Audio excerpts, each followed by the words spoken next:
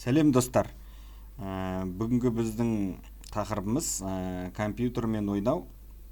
Stockfish-тің бірінші деңгейімен ойнаймыз.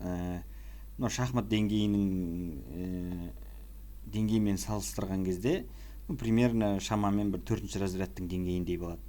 Енді мен қазір ойнаймын, барынша шахматтың ережелерін қолдана отырып, сіздерге түсіндіріп отырып ойнап, өз ойымды білдірсем ба деген ниетпен жазып отырмын. Кеттік. E4, E4-ке жүреміз, қарсыласымыз D5 жүрді. Ең жақсы қорғаныс ол шабуыл жасау, бұл жерде қорғауыма болады. Әрине көп жерде қорғаныстың түрлері.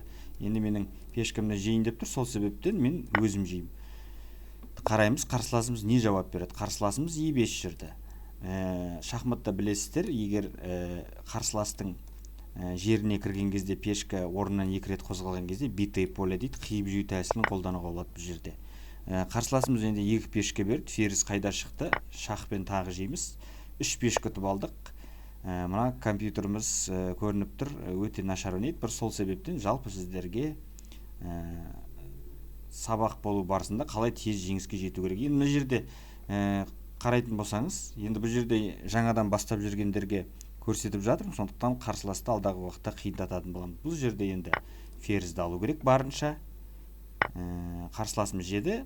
Шахматта ең бірінші развитие дейді, бізге тез даму керек. Сондықтан біз өзіміздің немізді ұтып алдық. Қазір бір фигура 2 пешкіміз артық екен, бір ат 2 пешкіміз. Сол себептен ұтып жатқан кезде негізі айырбастау керек. Бұл жерде енді маған жылдам рокировка жасау керек. Сондықтан сол себептен атымды шабуылмен шығарамын. Қарсыласым жүрді, ферзьмен қашты, дұрыс. Слонды шығарам. Бұл да шабуылмен. Енді рокировка жасап аламын. Енді маған тездетіп слонмен ойынға шығару керек атты. Қарсыласым слонымды жеймін дейді. Сол себепті мен шабуыл жасаймын. Осындай тәсілге барып отырмын. Егер слонды жесе, мен атпен вилка қояды екем. Сол себептен қарсыласым жемеді. Менімше дұрыс жасады деп ойлаймын. Сол себептен атымды шығарам. Енді бізге тездетіп мат қоюға тырысу керек. Так, шах берем. Король қайда барады екен? Тексереміз. Король мұнда барса, мен слонды қояр едім, бұны рентген деп атайды. Бір жолдың бойында тұрған кезде скрытый шаққа ашу шақ беру тәсілін қолдануға болады. Бұл жерде король ортада, рокировка, сол себептен ладьямды ортаға шығарамын. Ашық шаққа дайындалам. Бұл жерде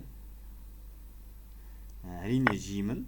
Ферзьбен жесе, бір жолда тұрады, ферзьден айырылып қалу қаупі бар. Қарсыласым солай жасады, артықпен қаша саламыз. Связка жасау арқылы, байлап ұстау тәсілін қолдану арқылы қарсыластың ферзьін ұтып алдым.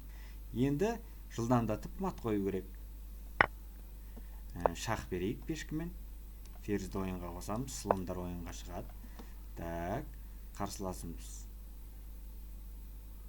Так, ферзьді ойынға қосайық. Жылдамдатып. Слонды ойынға қосайық. Ферзьді ойынға қосайық. Мұнда барса. Енді бұл жерде король жалғыз қалды. Қорғаушысының ешқайсысы жоқ. Сол себептен ферзьбен мат қоямыз. Міне балалар, ойын осымен аяқталды. Сіздерге қызық болды деп ойлаймын.